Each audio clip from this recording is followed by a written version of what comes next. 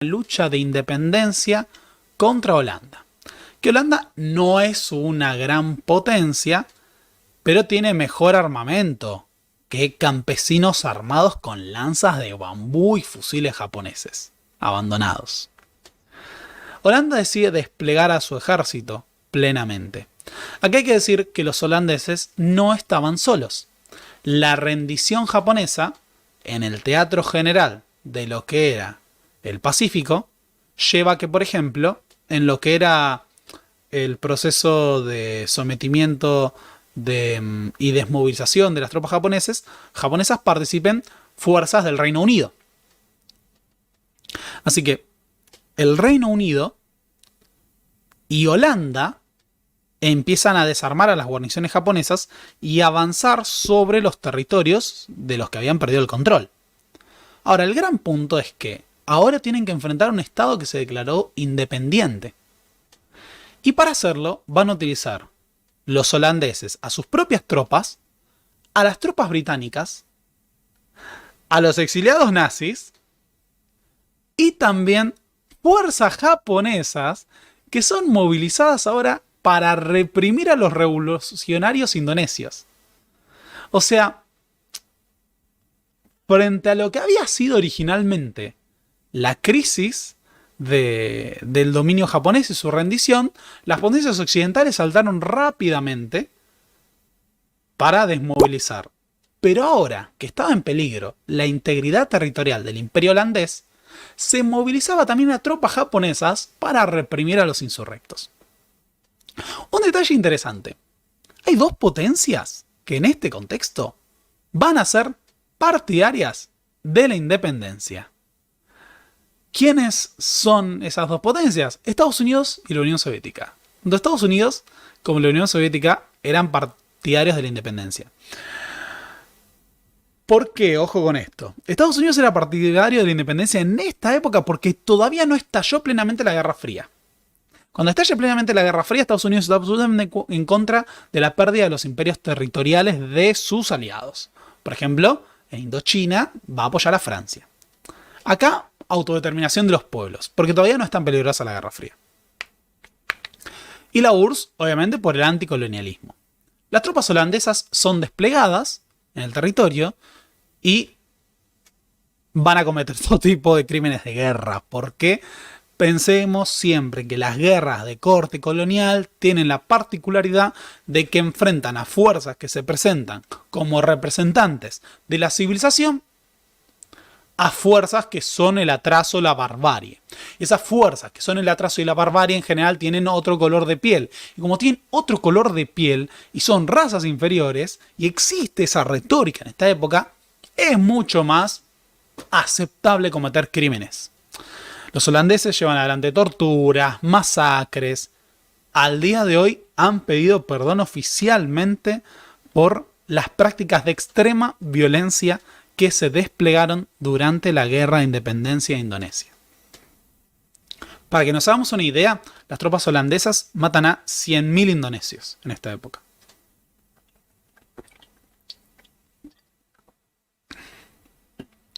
Esas tropas holandesas que emprenden todo este tipo de masacres se enfrentan a un ejército mucho peor equipado, mucho menos entrenado, pero con una gran fortaleza y resistencia.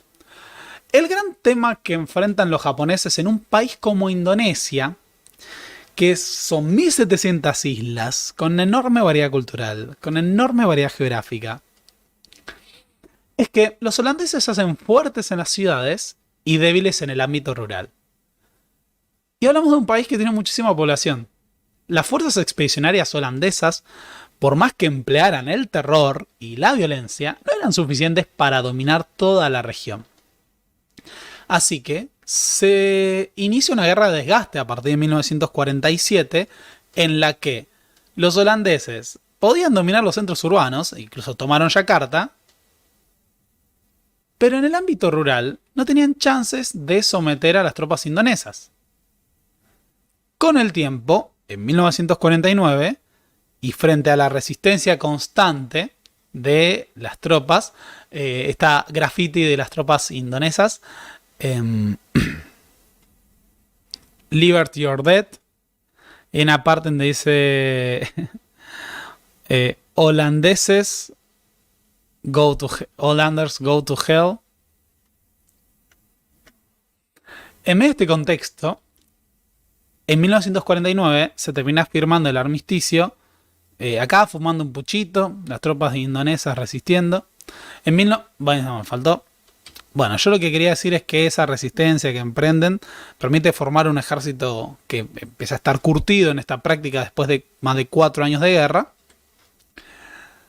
Y en 1949 se termina firmando la paz por la cual Holanda reconoce la independencia de Indonesia, aunque ciertos territorios que habían quedado ocupados por los holandeses van a permanecer como una frontera conflictiva a lo largo de los siguientes años. El líder del Partido Nacional Indonesio, que incluso había sido capturado por los holandeses, se convierte en un gran héroe nacional. No solo era el fundador del principal partido político de Indonesia, sino que había logrado dirigir a su pueblo en una exitosa lucha de independencia. De nuevo, Indonesia es el primer país en independizarse en el sudeste asiático del dominio colonial europeo. Y es un país grande, comparativamente, con una importante población. El hecho de que Sukarno se convierta en el primer presidente de este nuevo Estado independiente le da una posición de preeminencia en el escenario mundial, no solo en Asia, sino como referente de todo lo que va a ser a futuro el tercer mundo. El gran mérito de Sukarno es que supo gobernar un territorio que estaba atravesado por montones de diferencias, como dijimos antes, étnicas, culturales, lingüísticas, religiosas, a gran escala. Ahora, el gobierno de Sukarno tiene que emprender lo que fue considerado un proceso de modernización. Sukarno, en medio de todo esto hay que decir, es un militar nacionalista que llega con el apoyo del clero musulmán, de las Fuerzas Armadas, de empresarios, de militares de derecha, de campesinos, de sindicatos, de intelectuales. Todo. Sukarno cuando llega al poder es lo más catch them all que pueda haber. Es un gobierno de absoluta unidad nacional en Indonesia. Ese gobierno de unidad nacional tiene que ser parte de un proyecto de modernización.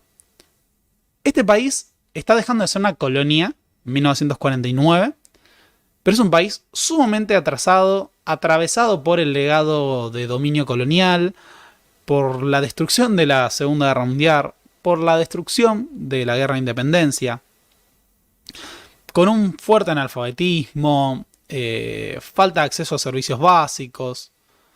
Lo que tiene que hacer en este momento Sukarno es emprender un proceso de modernización social, económica, productiva.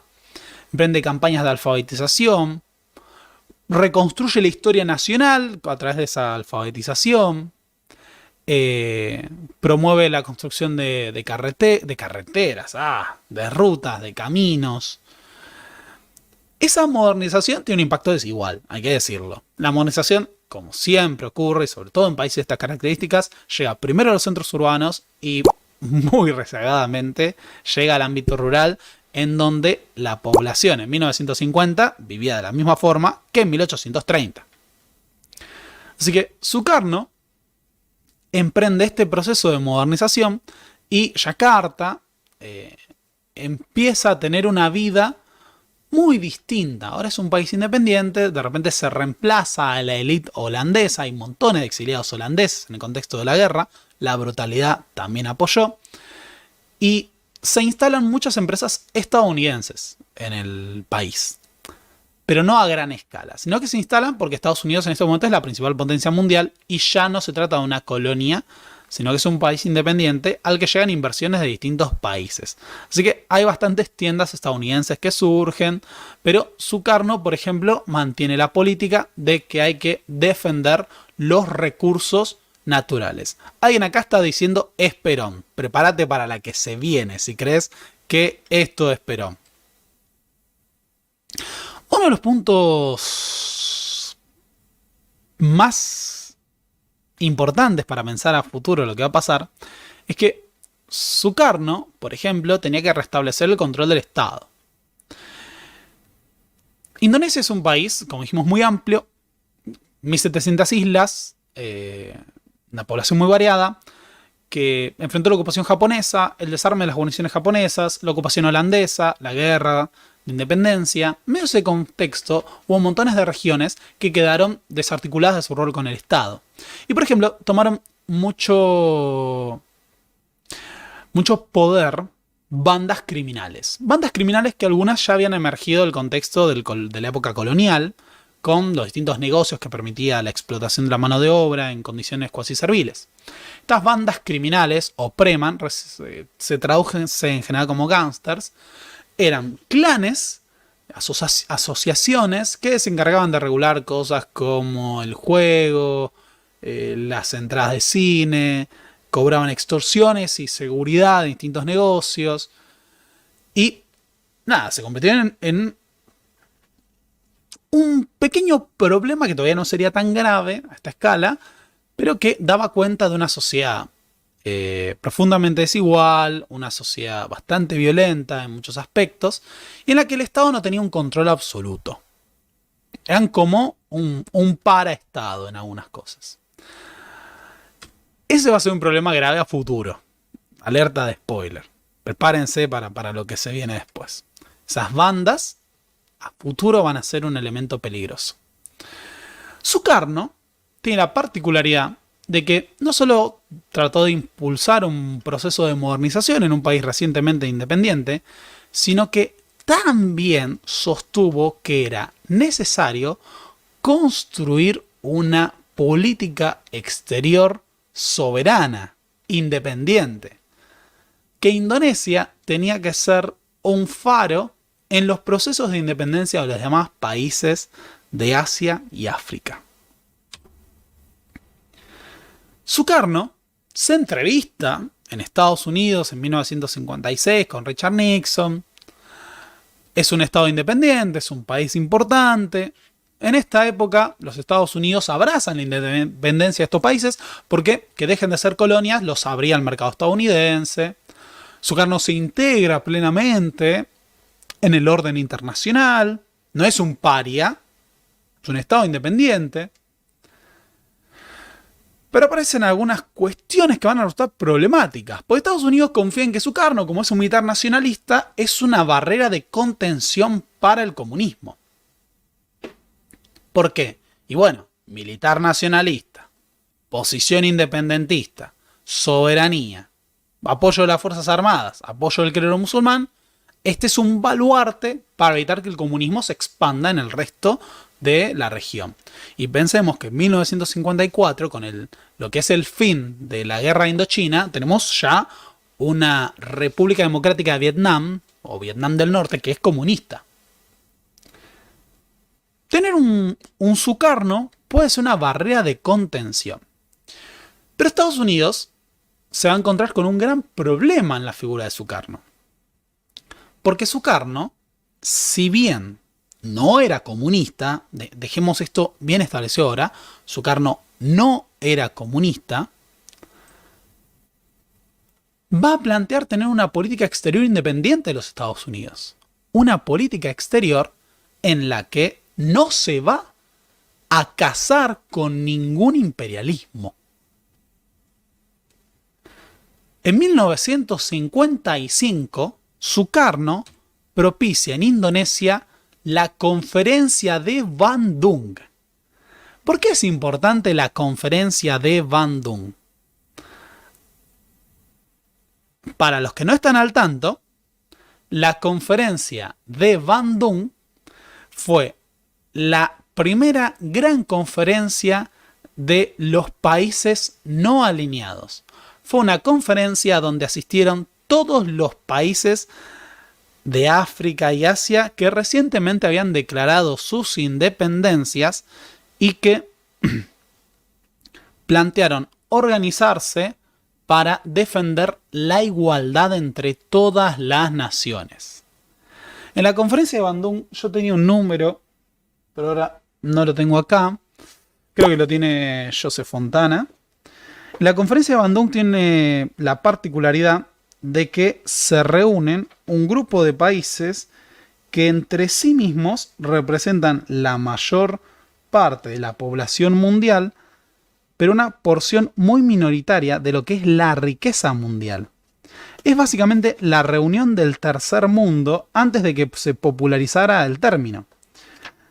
Es decir, en Bandung se reunieron los países que eran conscientes de que estaban en el lugar rezagado del orden internacional y que, sin embargo, no se resignaban a ese lugar. 29 naciones de Asia y África. Pero no encuentro lo de la riqueza.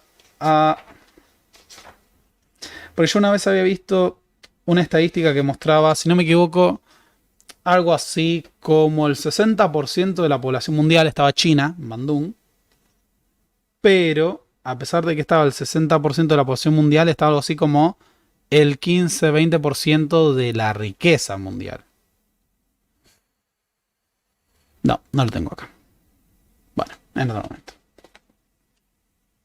Lo cierto es que Bandung, con todo lo que supuso este proceso, fue una señal de que la política exterior de Sukarno no iba a estar marcada por la necesidad de estar alineado con Estados Unidos. Muy por el contrario, de lo que se trataba en este momento era de formar una política exterior que uniera a todos los países rezagados de lo que era Asia y África, y poder construir un frente común en favor de la independencia del resto de las naciones oprimidas. Todavía estamos en pleno proceso de descolonización, y la construcción de un frente común contra el imperialismo. O sea que, en términos geopolíticos, Sukarno defendía una tercera posición. Sukarno, acá con Nasser, con Nehru y con Tito, el mariscal Tito. O sea, Sukarno no solo fue el protagonista de un proceso de independencia antiimperialista, no solo impulsó un proceso de modernización, sino que planteaba la unidad de los países del tercer mundo contra las grandes potencias. Y la conferencia más importante en favor de ese proceso de unidad fue en el estado que gobernaba Sukarno. Fue en Indonesia. Acá tenemos las señales de peligro. Este nacionalista indonesio quiere formar un frente común con otros países para asegurar la independencia y la redistribución de la riqueza entre las naciones. Esta serie de posiciones antiimperialistas por parte de Sukarno van a llevar a que éste se acerque al Partido Comunista de Indonesia. Sukarno tiene su propio partido, que es el Partido Nacional Indonesio. Pero el Partido Comunista ve con muy buenos ojos los posicionamientos exteriores del gobierno de Sukarno. Acá uno dice: Sukarno, qué grande sos, Sukarno, qué grande sos, sos el primer trabajador. Bueno, pero más allá de eso, Sukarno construye una relación de alianza con los comunistas de Indonesia justamente a partir de su posicionamiento antiimperialista. A tal punto llega esto que en 1955 el Partido Comunista, a pesar de que se presenta a las elecciones legislativas por su propia cuenta o a la Asamblea Constituyente por su propia cuenta, va a declarar su apoyo al proyecto de Sukarno. O sea, en la Asamblea Constituyente el Partido Comunista de Indonesia va a meter 80 de los 500 diputados. O sea, no es un partido menor. O sea, hablamos de un país que tiene un montón de partidos y que tiene una estructura federal. Pero entre de esa estructura federal, en Indonesia, el Partido Comunista es uno de los partidos comunistas con más fuerza en todo lo que es la proyección del mundo. Lo digo para que comparemos. Los partidos comunistas, en general un partido comunista muy fuerte, y tenía el 10% de los votos. 15%, 20% era mucha fuerza para un partido comunista. Algunos llegan a tener 30 con el eurocomunismo, pero fue algo muy momentáneo. Acá hablamos de un partido comunista que tenía más del 15% de los votos y se acercaba al 20%. Ese peso del Partido Comunista en las elecciones le dan cuenta a Sukarno de que con ellos puede tener un gran aliado.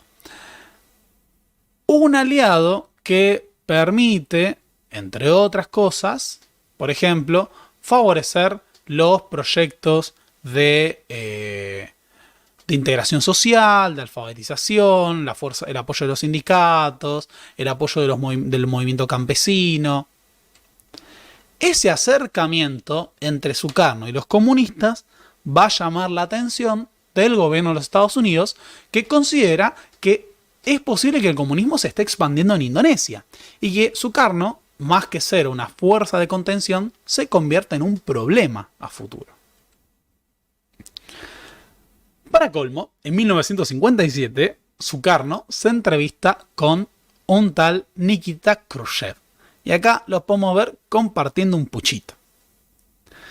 El acercamiento con Nikita Khrushchev es solo empeorado por el hecho de que Sukarno también se acerca a la República Popular de China.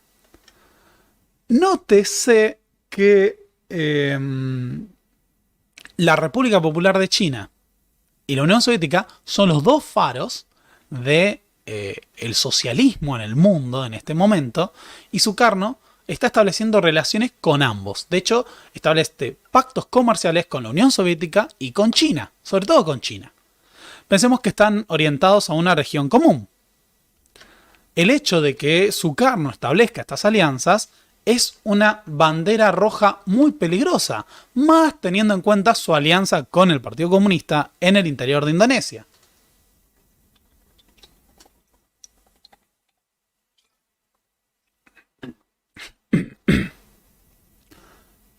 En 1958, el gobierno de Eisenhower, que era un gobierno republicano anticomunista, es el gobierno, por ejemplo, durante el cual se organizó la invasión de Bahía de Cochinos, por más que ocurrió apenas asumió Kennedy, es el gobierno que inicia el bloqueo a Cuba, es el gobierno del derrocamiento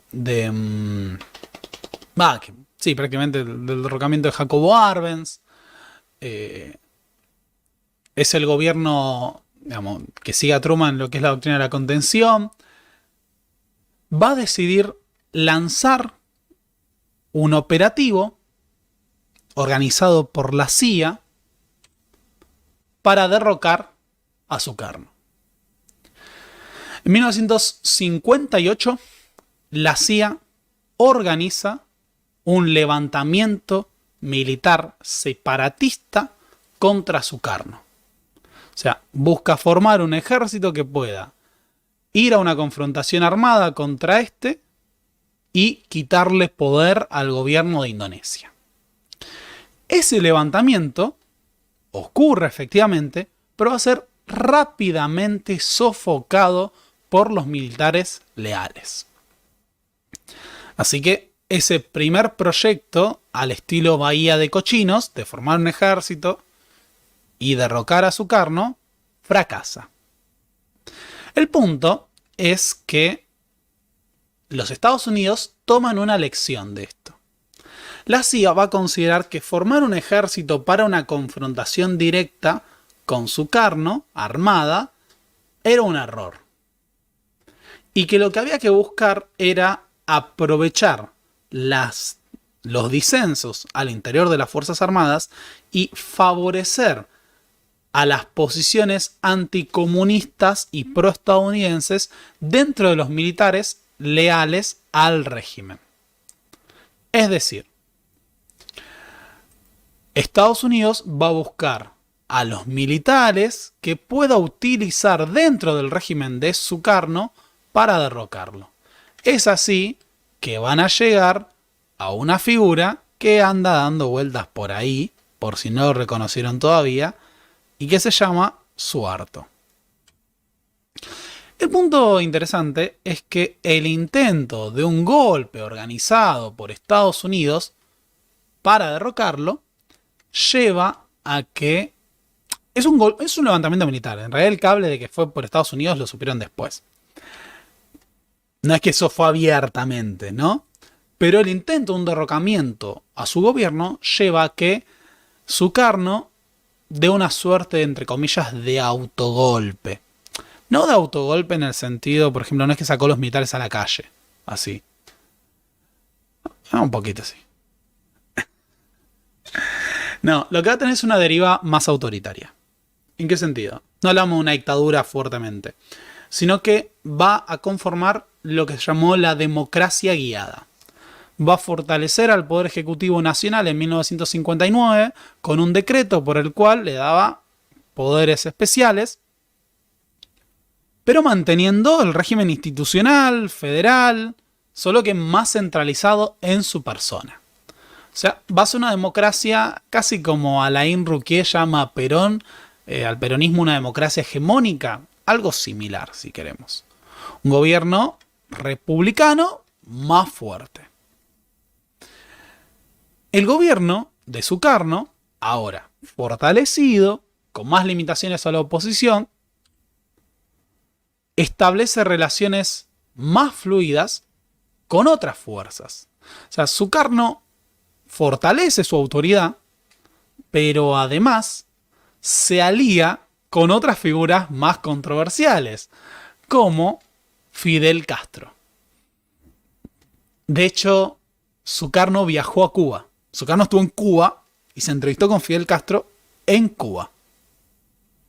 O sea, esta figura que va a tener una deriva comunista, antiimperialista, enfrentada a Estados Unidos, se entrevista con Sukarno. También se entrevista con Ho Chi Minh, el gran líder revolucionario comunista de Indochina, que aseguró la independencia de Vietnam.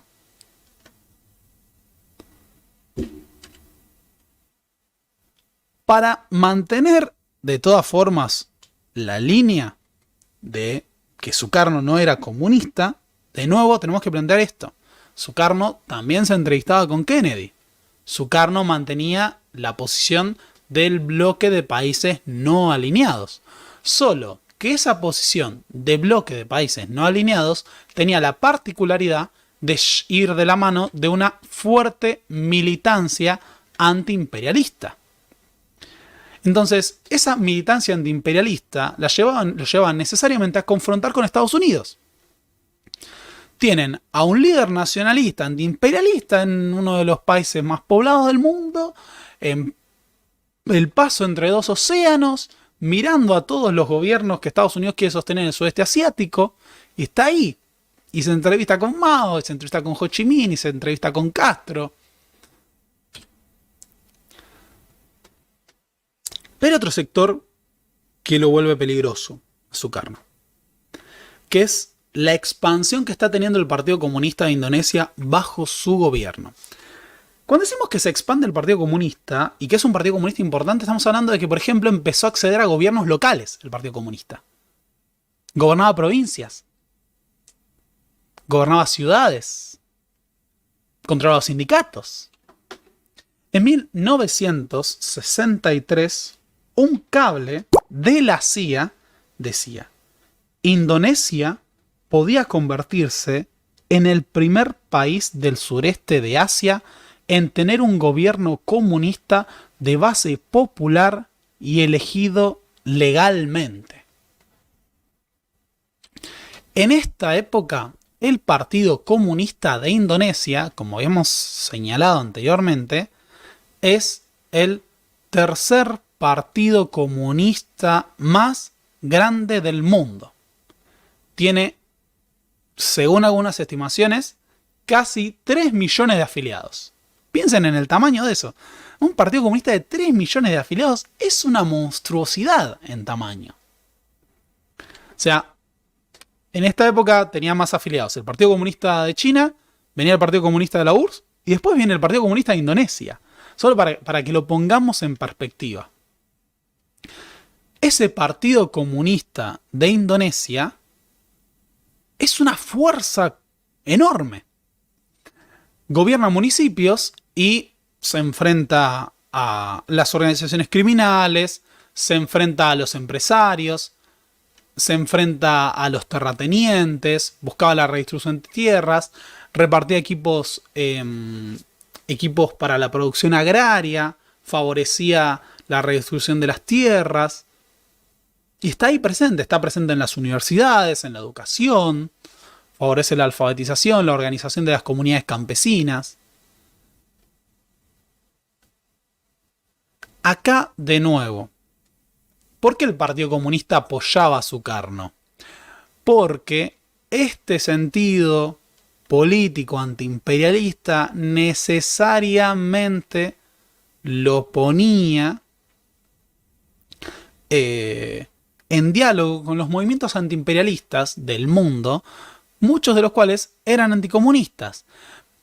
De nuevo, si alguna vez prestaron atención al famoso discurso de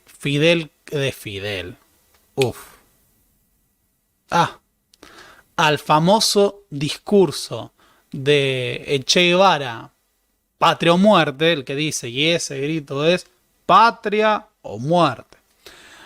Hay un momento en el cual dice, somos marxistas-leninistas, pero nos hemos declarado miembros de los países no alineados porque los no alineados luchan contra el imperialismo. O sea, el Che Guevara era partidario de un comunismo antiimperialista tercermundista. Y dentro de esa idea, pensemos que para los comunistas de Indonesia, tener un líder nacionalista que es un gran representante del bloque de países no alineados del antiimperialismo era para tener en cuenta y apoyar.